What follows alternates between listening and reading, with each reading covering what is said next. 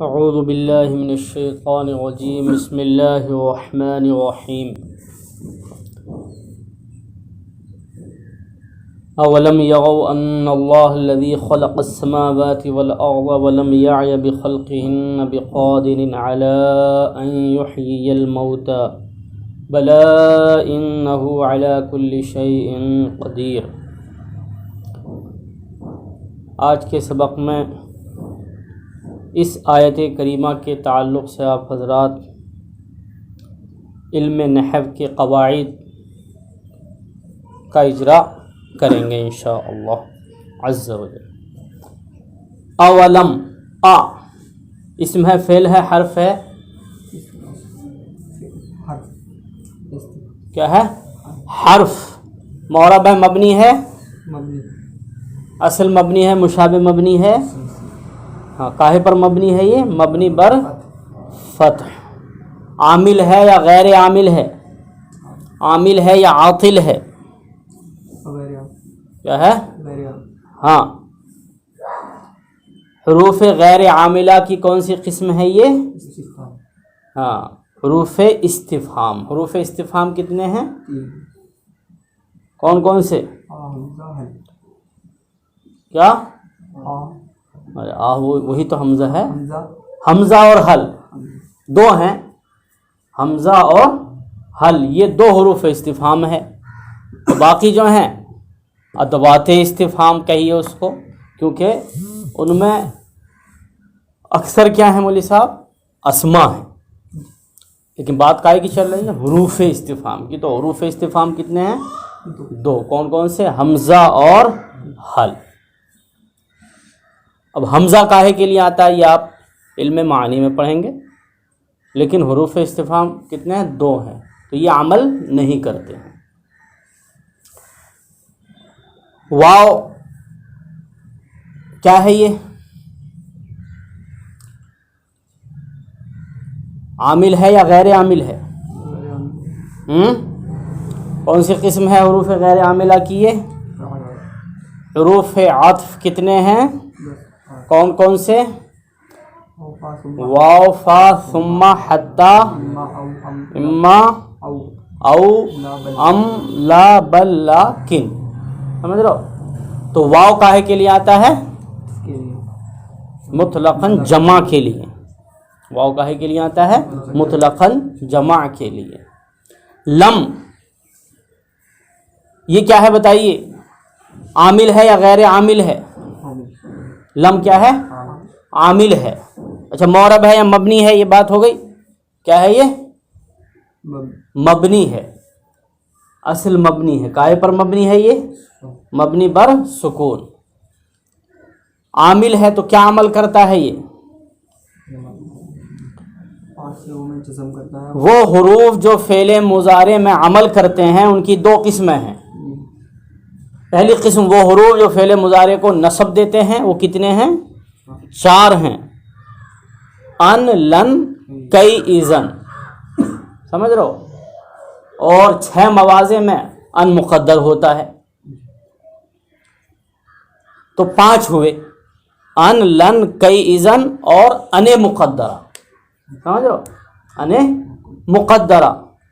تو یہ وہ حروف ہیں جو فعل مضارع کو کیا دیتے ہیں؟ نصب دیتے ہیں۔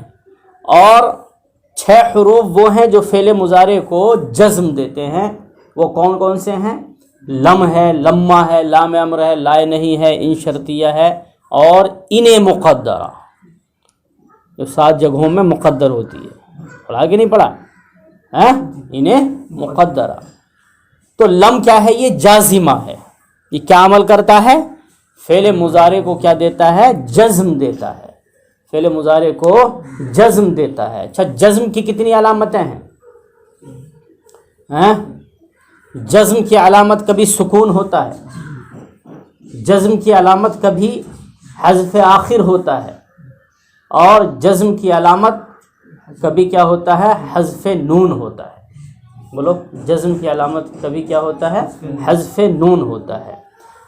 یرو بتائیے، اسم ہے، فعل ہے، حرف ہے؟ بولو کیا ہے؟ فعل ہے، فعل ماضی ہے، فعل مضارع ہے؟ فعل مضارع، علامت مضارع کیا ہے؟ یا. فعل مضارع ہے یہ، معرب ہے یا مبنی ہے؟ بولو. یرو فعل مضارع معرب ہے یا مبنی ہے؟ کیا ہے؟ معرب ہے. ہاں، اعراب مضارع کی کتنی قسمیں ہیں مولوی صاحب؟ 3 قسمیں ہیں. کون کون سی؟ رفع، نصب اور جزم. تو یرو فعل مضارع ہے تو یہ بتاؤ مرفوع ہے یا منصوب ہے یا مجزوم ہے؟ بولو کیا ہے یہ؟ مجزوم ہے. کیوں ہے یہ مجزوم؟ کس نے دیا ہے اس کو جزم؟ لم جازمہ نے فعل مضارع کو کیا دیا ہے؟ جزم دیا ہے. اب سوال یہ ہے کہ یہ حالت جزمی میں ہے تو جزم کی علامت کیا ہے؟ جزم کی علامت کیا ہے؟ تو آپ جانتے ہیں فعل مضارع کی وجوہ اعراب کے اعتبار سے کتنی قسمیں ہیں؟ 4 قسمیں ہیں. پہلی قسم کیا ہے؟ صحیح مجرد الضمیر بارز، جس کا اعراب حالت رفعی میں ضمہ، حالت نصبی میں فتحہ اور حالت جزمی میں کیا مولوی صاحب؟ سکون. یہ ہے پہلی قسم. اور دوسری قسم کیا ہے؟ مفرد معتل واوی جیسے ہوا یغزو، مفرد معتل یائی جیسے کہ ہے نا ہوا یرمی. ان دونوں کا اعراب کیا ہے مولوی صاحب؟ حالت رفعی میں بولو تقدیری ضمے کے ساتھ، اور حالت نصبی میں لفظی فتح کے ساتھ، اور حالت جزمی میں کاہے کے ساتھ؟ لام کلمے کے حذف کے ساتھ. سمجھ رہے ہو نا؟ تو یہ 2 قسمیں ہو گئیں. تیسری قسم کیا ہے؟ مفرد معتل الفی. اس کا اعراب کیا ہے؟ حالت رفعی میں تقدیری ضمہ، حالت نصبی میں تقدیری فتحہ، اور حالت جزمی میں لام کلمے کے حذف کے ساتھ. 3 قسمیں ہو گئی نا. چوتھی قسم کیا ہے؟ چوتھی قسم صحیح ہو یا معتل ہوں، ضمیروں کے ساتھ ہوں اور نون ہائے اعرابی کے ساتھ ہوں، تو ان کا اعراب حالت رفعی میں کاہے کے ساتھ ہے؟ نون کے اثبات کے ساتھ ہے. اور حالت نصبی اور جزمی میں کاہے کے ساتھ مولوی صاحب؟ نون کے حذف کے ساتھ ہے. تو یرو فعل مضارع ہے. سوال یہ ہے کہ ان 4 قسموں میں سے یرو میں کون سی قسم ہے؟ یرو کون سی قسم ہے؟ کون سی قسم ہے؟ بولو. چوتھی قسم ہے. کیا ہے چوتھی قسم؟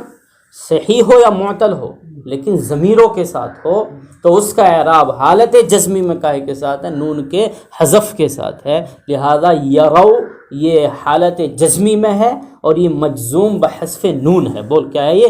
مجزوم بحذف نون ہے. نون کے حذف کے ساتھ کیا ہے؟ مجزوم ہے. تو جزم کی علامت کبھی سکون ہوتا ہے، جزم کی علامت کبھی جناب ہے نا حذف آخر ہوتا ہے، اور جزم کی علامت کبھی کیا ہوتا ہے جناب؟ حذف نون ہوتا ہے. سمجھ رہو؟ تو یرو کیا ہے؟ مجزوم بحذف نون. اولم یرو، یرو فعل مضارع ہے، معروف ہے یا مجہول ہے؟ بتاؤ. فعل معروف کسے کہتے ہیں؟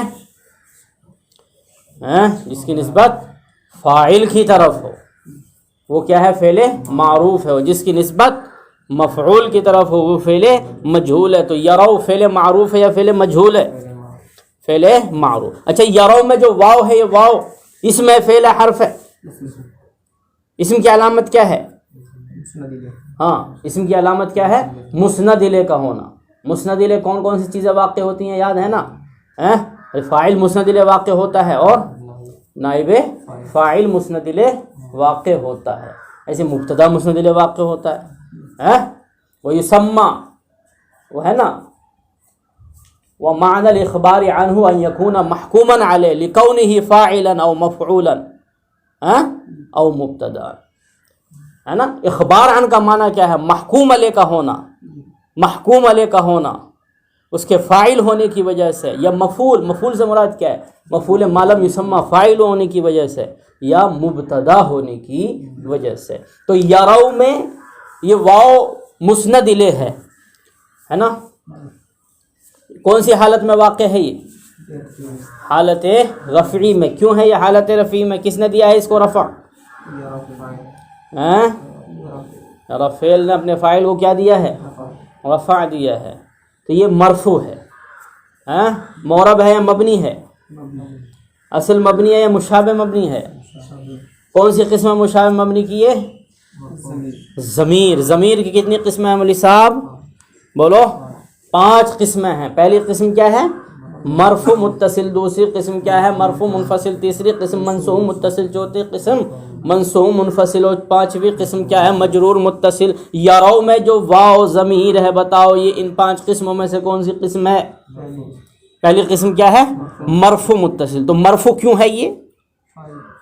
ارے بولو، فاعل ہونے کی وجہ سے۔ اور متصل کیوں ہے؟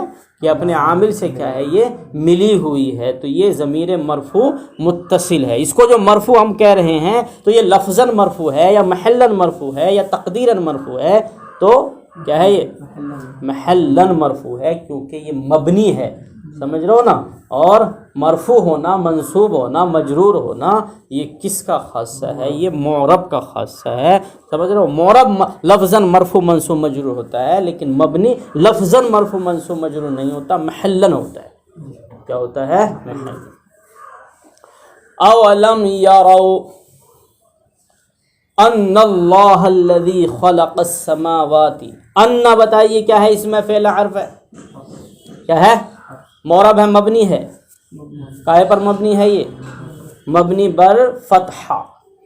عامل ہے یا عاطل ہے؟ یہ بولو کیا ہے؟ یہ عامل ہے۔ حروف عاملہ کی کون سی قسم ہے؟ یہ دوسری قسم کیا ہے؟ حروف مشبہ بالفعل۔ کتنے حروف مشبہ بالفعل؟ کون کون سے؟ انا، انا، کانا، لاکنہ، لیتا اور لعل۔ حروف مشبہ بالفعل کتنے ہیں؟ 6 ہیں نا۔ تو انا یہ حرف مشبہ بالفعل ہے، یہ کائے کا معنی دیتا ہے؟ تحقیق کا فائدہ دیتا ہے، سمجھ رہے ہو۔ اور انا بھی تحقیق کا فائدہ دیتا ہے۔ انا بھی حرف مشبہ بالفعل ہے اور انا بھی۔ انہیں حروف مشبہ بالفعل کیوں کہتے ہیں جناب؟ کیونکہ یہ فعل سے لفظاً بھی مشابہت رکھتے ہیں اور معناً بھی کیا رکھتے ہیں؟ مشابہت رکھتے ہیں، سمجھ رہو۔ لفظاً جس طریقے سے فعل ثلاثی ہوتا ہے، رباعی ہوتا ہے، ایسے ہی یہ بھی بعض ثلاثی ہوتے ہیں اور بعض کیا ہوتے ہیں؟ رباعی ہوتے ہیں۔ اور یہ جو انا ہے تو انا اور انا حققتو کے معنی میں ہے، سمجھ رہو۔ اور لاکنہ جو ہے استدرکتو کے معنی میں ہے، اور کانا یہ تشبہتو کے معنی میں ہے، اور لیتا تمنیتو کے معنی میں ہے، اور لعل ترجیتو کے معنی میں ہے۔ انا اور انا میں کیا فرق ہے؟ انا اور انا میں فرق یہ ہے کہ انا جو ہے نا مولوی صاحب، یہ اپنے معمولات سے مل کر جملہ ہی رہتا ہے نا، اپنے اسم و خبر سے مل کر کیا رہتا ہے؟ جملہ ہی رہتا ہے، جبکہ انا اپنے معمولات سے مل کر مفرد کی تعویل میں ہو جاتا ہے۔ پڑھا کہ نہیں پڑھا؟ آگے تعویل میں ہو جاتا ہے، مفرد کی تعویل میں ہو جاتا ہے، یہ پہلا فرق ہے۔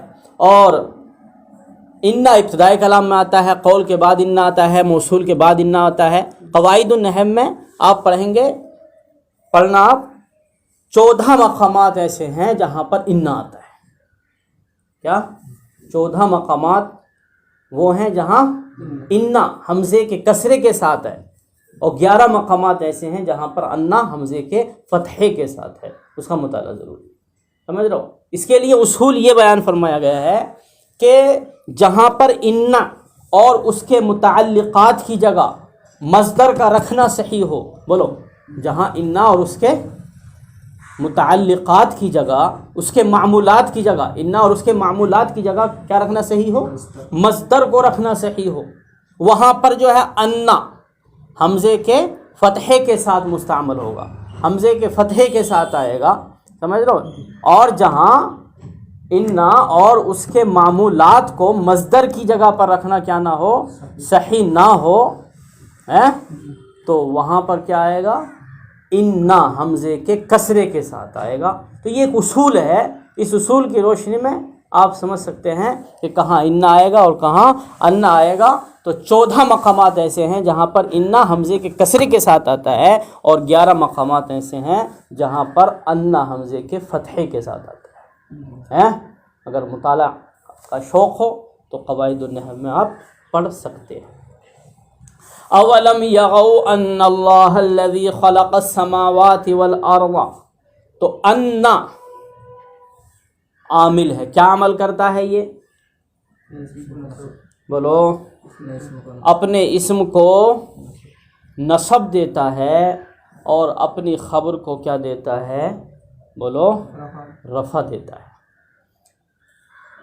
اس میں جلالت بتائیے